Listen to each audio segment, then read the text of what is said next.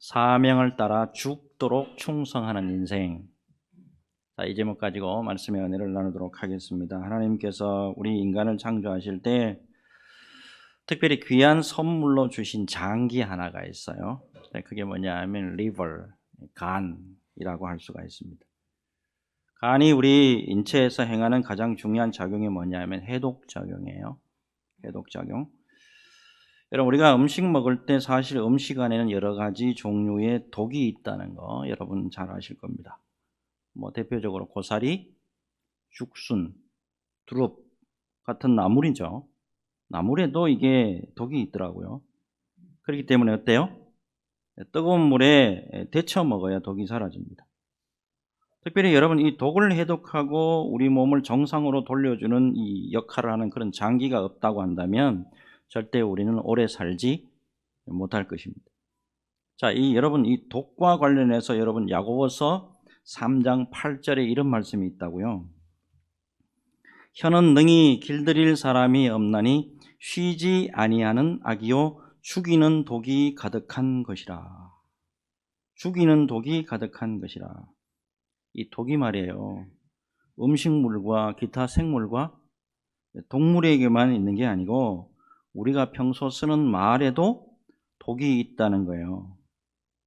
여러분, 이 말에서 나오는 독이 다른 어떤 것보다 아주 강력한 힘을 발휘할 때가 있습니다. 요즘 제가 민수기서를 읽고 있는데 민수기 13장 32절 33절을 보잖아요. 이를 보면 가나안 땅을 정탐하러 갔던 자들 중에 그 땅을 악평하는 자들의 말이 나와요. 자, 이스라엘 자손 앞에서 그 정탐한 땅을 악평하여 이르되, 우리가 두루 다니며 정탐한 땅은 그 거주민을 삼키는 땅이요 거기서 본 모든 백성은 신장이 장대한 자들이며 거기서 네필인 후손인 아낙 자손의 거인들을 보았나니 우리는 스스로 보기에도 메뚜기 같으니 그들이 보기에도 그와 같았을 것이니라. 12 정탐꾼 가운데 12명의 악평하는 자들의 말에서 뭐가 나왔죠? 독이 뿜어져 나왔어요. 그렇게 되니까 민수기 이제 다음 장이죠. 14장으로 넘어가면 모든 이스라엘 백성들이 독에 감염이 됩니다. 그리고 이어서 모세와 아론을 원망하기 시작을 합니다. 여러분, 모세와 아론, 주의 종을 원망하는 것은 누구를 원망하는 거예요? 하나님을 원망하는 거잖아요. 자, 특별히 여러분, 이 말에서 쏟아져 나오는 이 독을, 그런데 반대로 해독하는 말을 하는 사람이 등장하잖아요. 두 사람 등장하죠. 자, 여호수아와 갈렙입니다. 자, 민수기 14장 9절에 이렇게 해독작용으로 말을 합니다. 다만 여호와를 거역하지 말라, 또 그 땅 백성을 두려워하지 말라. 그들은 우리의 먹이라. 그들의 보호자는 그들에게서 떠났고 여호와는 우리와 함께 하시느니라. 그들을 두려워하지 말라 하나 했습니다. 오늘날에 교회가 어떤 역할을 해야 되느냐 알 수 있는 대목이에요. 여러분, 많은 사람들이 세상에 나가서 이런저런 독을 머금고 교회에 들어와요. 교회는 그런 의미에서 무슨 독을 머금고 오더라도 해독될 수 있는 역할을 감당할 수 있어야 한다는 거예요. 특별히 제가 꼭 말씀드리고 싶은 게 있는데, 교회에서 오히려 독에 감염되는 그런 일은 없어야 될 줄로 믿습니다. 여러분, 교회는 세상에서 수고하고 무거운 짐진다들이, 그리고 세상에 독에 의해서 힘들게 사는 분들이 왔을 때 해독작용으로 말미암아 다시 소생되는 그런 은혜의 장소가 되어야 될 줄로 믿습니다. 자, 오늘은 그래서 교회의 역할이 뭐냐? 성도의 삶이 세상에서 살아갈 때에 어떤 삶을 살아야 되느냐? 여기에 포커스를 놓고 말씀을 한번 보자는 거예요. 성령께서 말씀을 통해서 큰 은혜 베풀어 주시는 귀한 시간 되시기를 예수 그리스도 이름으로 축복합니다. 자, 사도행전 16장으로 넘어왔습니다. 자, 오늘 본문, 사도 바울이 1차 선교 여행을 끝내고 2차 선교 여행을 시작하는 그런 과정들을 이제 다루고 있어요. 자, 무엇보다도 사도 바울의 사역의 길을 딱 들여다보면 사명을 따라서 죽도록 충성하는 모습 그 자체다. 라는 것을 우리에게 알려줍니다. 자, 먼저 사도 바울이 2차 선교 여행을 시작함에 있어가지고 상당히 지혜롭고 용의 주도하게 사역을 감당하는 모습을 우리에게 보여줍니다. 자, 1절과 2절이죠. 바울이 더베와 루스드라에도 이름에 거기 디모데라 하는 제자가 있으니 그 어머니는 믿는 유대 여자요 아버지는 헬라인이라 디모데는 루스드라와 이고니온에 있는 형제들에게 칭찬받는 자니 그랬습니다. 자, 사진을 좀 봐야 되겠는데, 자, 요게 이제 수리아 안디옥이죠. 자, 원래 1차는 이렇게 해서 구부로 여기 섬부터를 먼저 갔잖아요. 거기 1차 선교 여행이었고, 2차는 이렇게 이제 대륙으로 들어갑니다. 6기로 들어가가지고 더베와 루스드라에게 여기에 지금 이렇게 됐다 이 말입니다. 여기 땅이 어디냐면 지금 소아시아 지역이에요. 터키의 지역. 자, 여기에 소위 말해서 그 지역에 아주 이제 평판이 좋은 디모데라는 사람이 있는데 이 사람을 지금 이제 제자로 삼았다는 이야기죠. 어머니가 누구냐 하면 예수 믿는 유대인이에요. 아버지는 그런데 이방인이에요. 헬라인, 그리스 사람이라는 거예요. 자, 근데 3절을 보니까 바울이 그를 데리고 떠나고자 할 때 그 지역에 있는 유대인으로 말미암아 그를 데려다가 할례를 행하니 이는 그 사람들이 그의 아버지는 헬라인인 줄 다 알미러라 그랬어요.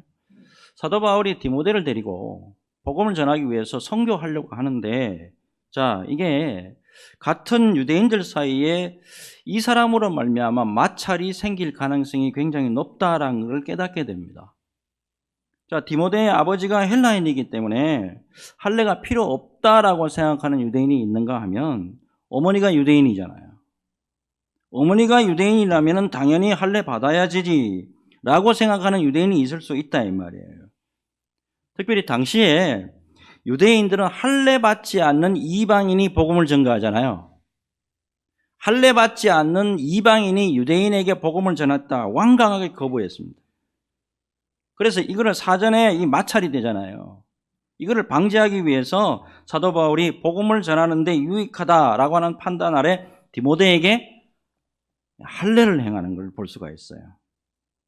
한마디로 사도 바울이 디모데에게 할례를 받게 한 거는 복음을 전함에 있어가지고 불필요한 마찰과 갈등이 있을 수가 있는데 이걸 끝내버리려고 하는 거예요. 사실 할례라고 하는 거 복음을 전하는 데 있어가지고 뭐 거의 문제가 되지 않아요. 자, 우리가 잘 아는 고린도전서 7장 19절에 이런 말씀이 있잖아요. 할례 받는 것도 아무것도 아니요 할례 받지 아니하는 것도 아무것도 아니로되 오직 하나님의 계명을 지킬 따름이라 했습니다. 자, 그렇기 때문에 여러분, 자, 이 사도 바울의 입장에서 뭐 그냥 굳이 할례를 안 해도 되는데 문제는 뭐냐면 유대인들에게 복음을 전가했을 경우에 마찰과 갈등이 생길 가능성이 굉장히 높단 말이에요. 이거를 알고 사전에 임의를 다 차단해 버리는 거예요. 사실 복음을 전하는 사명을 전하다가 보면 때로는 매우 조심해야 될 것이 많다라는 것을 여러분 우리가 생활 가운데도 많이 발견할 수가 있죠. 특별히 선교지에서 이런저런 금기시하는 게 꽤 많아요. 자, 예를 들어서 베트남 경우에 다른 사람에게 어깨에 손을 얹이죠. 다른 사람의 어깨를 만지죠. 아주 조심해야 됩니다. 베트남 사람들은 어떻게 생각하냐면 자기의 수호신, 나를 지켜주시는 수호신이 누구의 어디에 있느냐 하면 어깨에 있다 이 말이에요. 근데 그 어깨 위에 손을 얹었다. 큰일 납니다. 잘못하면 폭행까지 당할 수 있다고 해요. 그 다음에 태국과 피지와 인도네시아 있죠. 태국과 피지와 인도네시아에서는 다른 사람의 머리에 손을 얹으면 큰일 납니다. 아주 무례한 행동이라 그래요. 그래서 이 세 나라에 선교하다가 감동이 된다고 해가지고 안수기도 하다가는 아주 큰일 난단 말이에요. 자, 무엇보다도 인도네시아에 같은 경우에 물건을 상대방에게 주죠. 상대방에게 뭔가 물건을 집어줄 때는 절대적으로 오른손으로만 줘야 됩니다. 인도네시아 왼손 어떤 의미냐면 화장실에서 화장지 대용으로 사용합니다. 그러니 왼손으로 악수를 하고 왼손으로 음식 건네주잖아요. 큰 신뢰라는 거예요. 사우디아라비아에서는 여성을 향해서 사진 절대로 못 찍게 하잖아요. 그죠? 여성들은 히잡을 입고 몸을 다 숨기려고 하는데 거기다 대고 막 사진 찍고 하는 거 아주 금기시하고 있다 이 말이에요. 간단한 예를 들었는데 믿음 생활하고 선교하고 복음을 전하는 가운데 지혜롭게 잘 대처하는 것이 얼마나 중요하다. 이걸 알 수가 있는 거예요. 특별히 교회 생활을 하는 중에 다른 사람들에게 복음을 전할 때 마찰과 오해의 소지가 있을 수 있는 거 잘 간파하시고 지혜롭게 행동함으로써 주님의 영광을 드러내는 저와 여러분들이 되어야 될 줄로 믿습니다. 여러분, 이 은혜로 언제나 사랑과 화평이 넘치는 교회를 세워가는 저와 여러분 모두가 되시기를 예수 그리스도 이름으로 축복합니다. 자, 이어서 이제 6절과 7절을 보는데 우리 같이 한번 읽을까요? 6절과 7절 같이 읽습니다. 시작. 성령이 아시아에서 말씀을 전하지 못하게 하시거늘 그들이 부르기아와 갈라디아 땅으로 다녀가 무시아 앞에 이르러 비두니아로 가고자 했으되 예수의 영이 허락하지 아니하시는지라. 자, 아시아에서 복음을 전하기를 원했습니다. 소아시아에서 복음을 전하기를 원하는데 성령께서 허락하지 않아요. 7절을 보면 예수의 영 있죠. 예수의 영, 성령의 다른 말씀이잖아요. 자, 일단은 좀 지도를 좀 한번 볼게요. 자, 여기가 수리아 안디옥이고 이렇게 해서 이제 더베와 루스드라로 갑니다. 자, 여기까지 와가지고 디모데까지 만나고 보니까 이제 본토로 가고 싶은 거예요, 이렇게.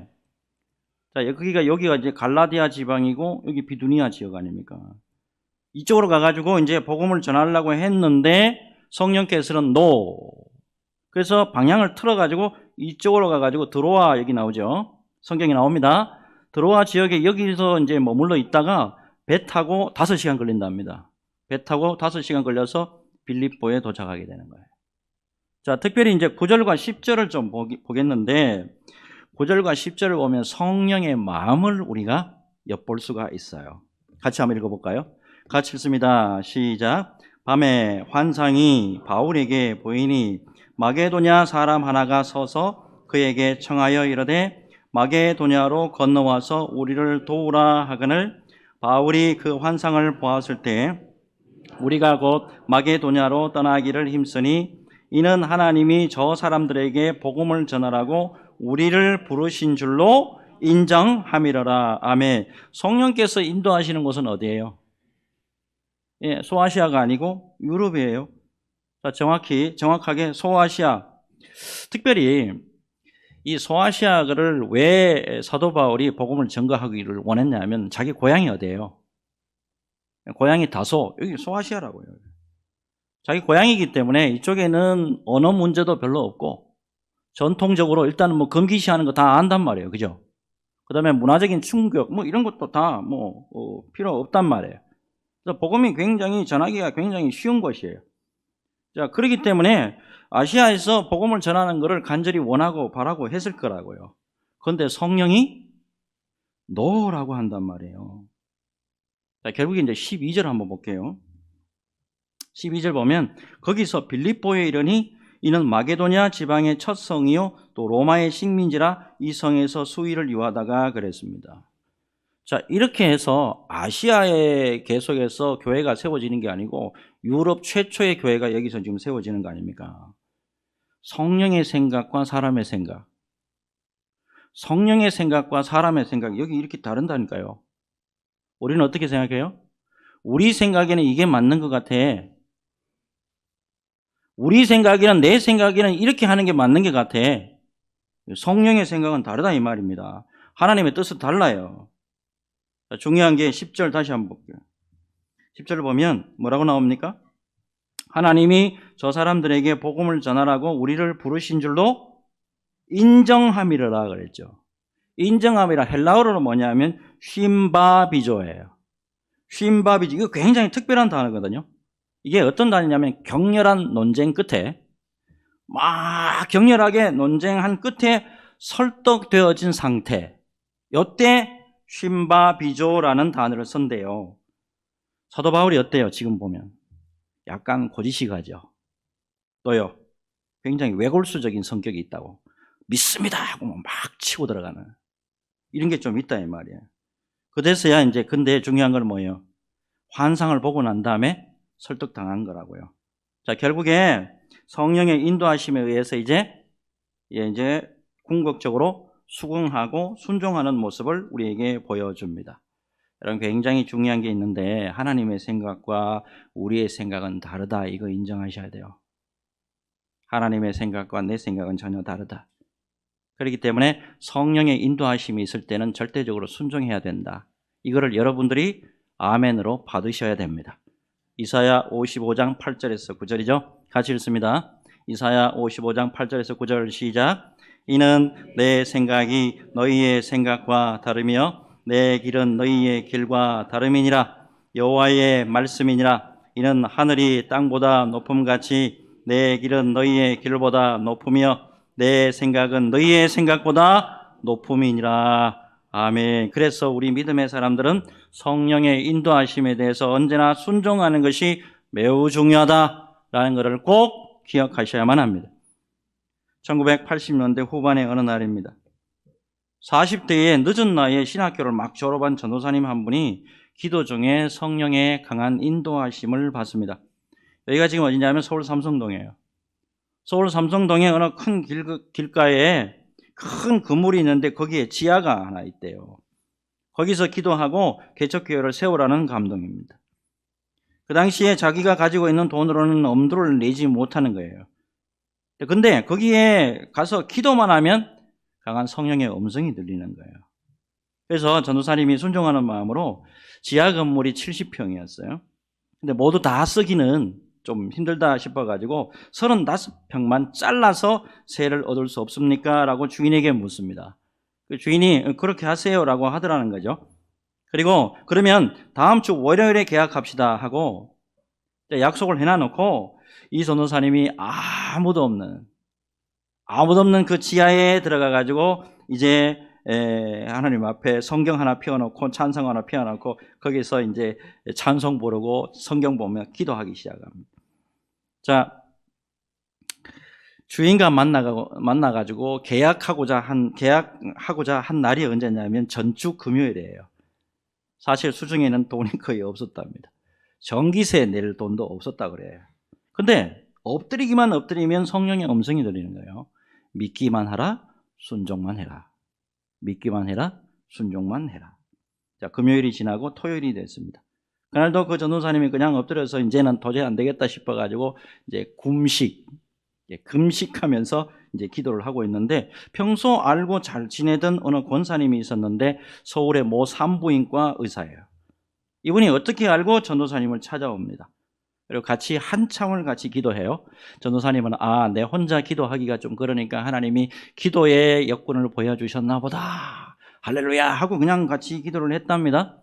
기도 끝나고 난 다음에 그 권사님이 봉투를 하나 내놓고 가더래요. 자, 전도사님은 그 봉투 거의 신경을 쓰지 못했답니다. 지금 내 코가 석자라서 봉투가 문제가 아니고 기도가 지금 더 시급하다 이래가지고 죽기 아니면 살기로 그냥 기도를 했답니다. 자, 주일이 지나고 월요일이면 계약을 해야 되는데 일단 뭐가 없어요? 돈이 없습니다. 난감한 마음으로 기도하고 있는데 눈을 감았는데 그 봉투가 있었지 생각이 나더랍니다. 봉투를 열었는데 그 당시 돈으로 1,000만 원짜리 수표가 한 장 들어있는 거예요. 나중에 그 권사님에게 이제 이야기를 들어봤는데 이 권사님이 사실은 서울 모 교회 나중에 여자로서 장로님이 돼요. 이분이 뭐라고 이야기를 하냐면 새벽에 새벽기도 나갔는데 성령의 음성이 들리더래요. 삼성동에 어느 길가에 최인혜 전도사가 개척을 하고 있다. 가서 돈 봉투 전달하고 오너라. 지금까지 어떻게 보면 제가 지금 말씀을 드리고 있는 게 이 간증이 만화처럼 여겨질지 모르겠어요. 근데 사실 살점 하나도 붙어 있지 않는 실화 그대로를 말씀드린 거예요. 그곳으로 계약하고 그곳에서 교회와 기도원이 시작이 됐는데 이 전도사님이 개척한 교회에 놀랍게도 장로교 합동 측에 그다음에 통합 측에 감리교 측에 교단에서 각각 사실 그 교회에서 기도 좀 한다고 하는 기도 대장들이 그곳에 대거 몰리기 시작합니다. 그 전도사님이 개척한 교회 출신으로 오늘날 합동청 목사님, 통합청 목사님, 선교사님, 감리교 목사님 굵직굵직한 주의 종들이 배출이 됩니다. 참고로 그 전도사님이 우리 엄마예요. 성령의 인도하심에 단순히 순종만 했는데 그때부터 목회가 열리기 시작을 하더라는 거죠. 여러분, 성령의 역사가 과거에만 있었고 오늘날 21세기는 없느냐? 여러분, 있다 이 말이에요. 여러분, 무엇보다도 성령의 인도하심 따라서 사명을 죽도록 감당하면 놀라운 기적의 역사는 오늘날에도 변함없이 우리에게 있을 수 있다는 것을 여러분 믿음으로 받으시기를 바랍니다. 저는 집의 나이로 1966년생입니다. 원래 만으로 58세예요. 젊다면 젊다고 할 수 있는 나이입니다. 무엇보다도 개혁주의 교단의 보수신학을 공부했고 지금까지 보수 꼴통보수 그런 사상을 갖고 있는 목사예요. 하지만 성령의 인도하심 따라서 사명에 오로지 집중했을 때 하나님의 놀라운 역사를 많이 경험했습니다. 우리 교회에 와가지고 우리 어머니가 그래서 그런 줄 모르겠는데 그 아들도 똑같아. 하나님 앞에 기도만 하면 성령의 음성이 들리고 성령의 음성대로 순종만 하면 하나님이 놀랍게 채워지는 은혜의 역사가 있었습니다. 여러분, 오늘날이 어떤 시대입니까? 인본주의고 합리주의고 이성주의 생각이 지배하는 시대에 성령의 음성에 민감하고 성령의 인도하심에 따라서 집중한다 그러면 날 보고 미쳤다고 할 거라고. 하지만 성령의 역사는 오늘도 오늘날에도 과거 2000여 년과 다름없이 역사하고 있다는 거 꼭 여러분 명심하시길 바라고 성령의 귀한 감동과 은혜에 잘 반응하는 저와 여러분 되시기를 예수님의 이름으로 축복합니다. 언제나 성령의 은혜와 위로가 넘치는 우리 수원소망교회 성도들 다 되시기를 예수 그리스도 이름으로 축복합니다. 자, 이제 마지막으로 13절하고 14절. 자, 한번 같이 한번 읽어볼까요? 자, 13절, 14절 같이 읽습니다. 시작. 안식일에 우리가 기도할 곳이 있을까 하여 문밖 강가에 나가 거기서 앉아서 모인 여자들에게 말하는데 두아디라시에 있는 자색 옷감 장사로서 하나님을 섬기는 루디아라 하는 한 여자가 말을 듣고 있을 때 주께서 그 마음을 열어 바울의 말을 따르게 하신지라. 아멘. 성령의 인도하심을 받고 지금 어디로 간 거예요? 자, 아시아에서 유럽으로 건너갔다고. 근데 가보니까 전도할 곳이 없어요. 더군다나 기도할 곳도 없어요. 대개 여러분 유대인들이 가는 곳에 회당이 있는데 여기는 회당도 없어요. 여러분 참고적으로 유대인 남자 10명이 모이면 회당 하나 지어요. 근데 여기 회당이 없다는 것은 무슨 뜻이에요? 유대인 10명, 남자 10명이 더 없다 소리예요. 근데 당시에 회당이 없을 경우에 유대인 여자들이 강변에다가 기도처를 만들어 놓고 거기서 기도했다라고 하는 기록들이 많이 있습니다. 자, 그런 배경에서 바울이 강가에 모여있는 여자들에게 접근한 거예요. 14절 두아디라시에 있는 자색 옷감 장사 그랬습니다. 두아디라는 소아시아에 있는 도시 아닙니까? 그죠? 소아시아 7대 교회 중에 두아디라 교회도 나온다는 거 여러분 잘 아실 거예요. 여기에 사는 이방 여자예요. 이방 여자인데 유대인들이 기도하는 사이에 거기에 껴가지고 기도하고 있었던 것 같아요. 놀랍게도 이방인인데 이 사람이 하나님을 믿고 하나님을 섬기는 사람이더라는 거예요. 자, 보니까 어때요? 사도 바울이 순종하고 유럽을 일단 가보니까 이미 하나님이 예비하고 준비된 사람을 다 마련해놓고 기다리고 계신다는 걸 알 수가 있단 말이에요. 15절 그와 그 집이 다 세례를 받고 우리에게 청하여 이르되 만일 나를 주 믿는 자로 알거든 내 집에 들어와 유하라 하고 강권하여 머물게 하니라. 빌립보 지역에 갔더니만 강가 그 옆에요. 그냥 그 기도처에 유대인 여자들이 몇몇 있었던 것 같은데 사도 바울이 전한 복음을 누가 받아들였냐면 유대인 여자들이 받아들인 게 아니고 그 중에 기도하면서 껴있던 이방 여자 루디아가 유럽 최초의 그리스도인이 됐다 이 말이에요. 그리고 바울을 자기 집으로 인도해서 기거하도록까지 하는데 쓰임받는 역할을까지 합니다. 자, 무엇보다도 여러분 14절 다시 보시면 주께서 그 마음을 열어 바울의 말을 따르게 하신지라 그랬습니다. 성령의 인도하시잖아요. 성령의 인도하심을 따라가서 아멘 하고 순종하고 사명 감당하니까 어때요? 예수님이 사람의 마음을 열어준단 말이에요. 여러분, 성령의 인도하심을 따라서 순종하며 나아갈 때 주님께서 사람의 마음만 열어주는 게 아니에요. 환경까지 열어준다니까요. 여러분, 아울러서 여러분 15절을 다시 한번 보시면 15절, 그와 그 집이 다 세례를 받고 그랬죠. 그와 그 집이 다 세례를 받고, 여러분 이때 집 헬라어로 오이코스라 그러잖아요. 오이코스 하면 한 가정만을 의미하는 게 아닙니다. 이때 집안 전체를 말하는 거예요. 루디아 가문, 집안의 가문 전체를 의미하는 그런 말이에요. 자, 여러분, 하나님이 바울에게 마게도냐 사람 한 사람이 여기 와서 건너와서 우리를 도우라고 하는 환상을 보여줬죠.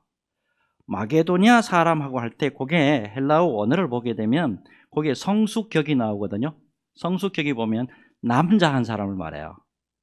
남자가 한 사람이 우리에게 건너와가지고 우리를 도와달라고 이렇게 환상을 봤는데 그 도구로 쓰임받은 여자는 이방 여자예요.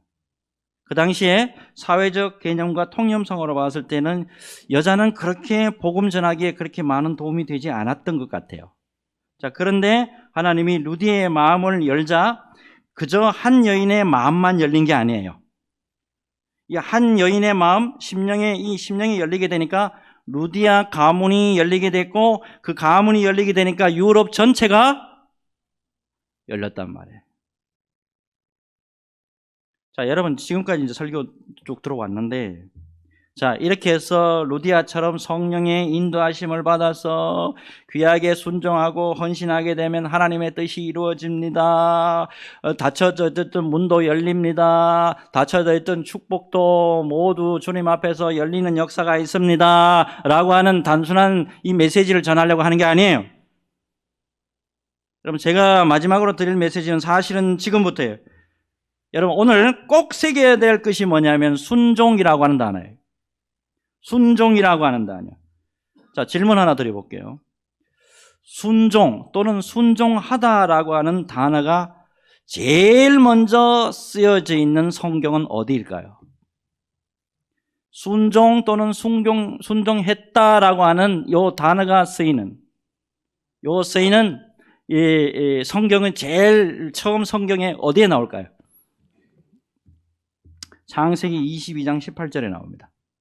내 시로 말미암아 천하 만민이 복을 받으리니 이는 내가 나의 말을 준행하였음이니라 하셨다 하니라. 준행하였다. 여기 정확하게 번역하면 obey, 순종하였음이라 이렇게 번역을 해야 됩니다. 여러분, 자, 이 말씀이 창세기 22장 여러분 많이 알려져 있는 말씀인데, 이 말씀은 하나님께서 아브라함에게 이삭을 번제로 바치라고 했을 때 아멘하고 토달지 아니하고 순종한 것을 의미한다라는 거 여러분 잘 아실 거예요. 아울러서 여러분 한 말씀 더 보겠는데, 창세기 12장 1절 2절, 여호와께서 아브라함에게 이르시되 너는 너의 고향과 친척과 아버지의 집을 떠나 내가 내게 보여줄 땅으로 가라. 내가 너로 큰 민족을 이루고 내게 복을 주어 내 이름을 창대하게 하리니 너는 복이 될지라 그랬습니다. 이때도 사실은 순종하라는 하나님의 말씀이 있었는데 특이하게도 조건이 있습니까 없습니까? 조건이 있죠. 순종하면 네가 이렇게 되고 복의 근원이 된다라고 하잖아요. 근데 창세기 22장 18절의 말씀 보면 순종의 조건이 있어요 없어요? 조건이 없습니다. 그냥 하나님이 독자 이삭을 내가 원하는 산에다가 번제로 바쳐라 라고 명령한 것밖에 없다 이 말이에요.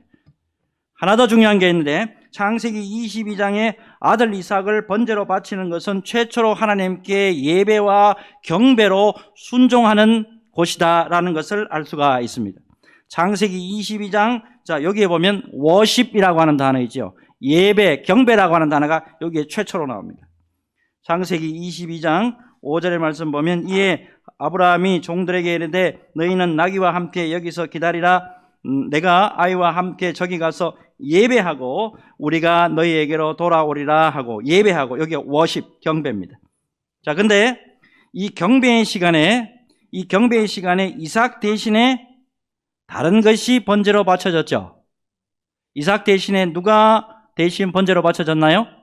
순양 한 마리가 순양 한 마리가 대신 번제로 사용이 됐습니다.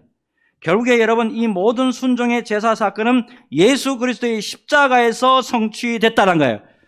여러분 여기서 순종이라는 것은 예수님의 순종을 여러분 잘 기억하셔야 됩니다. 예수님이 어떻게 순종하셨나 하는 거예요. 오늘날에 순종 말을 많이 합니다. 그렇다면 순종의 정확한 의미가 뭘까요? 빌립보서 2장 5절에서 8절 같이 읽습니다.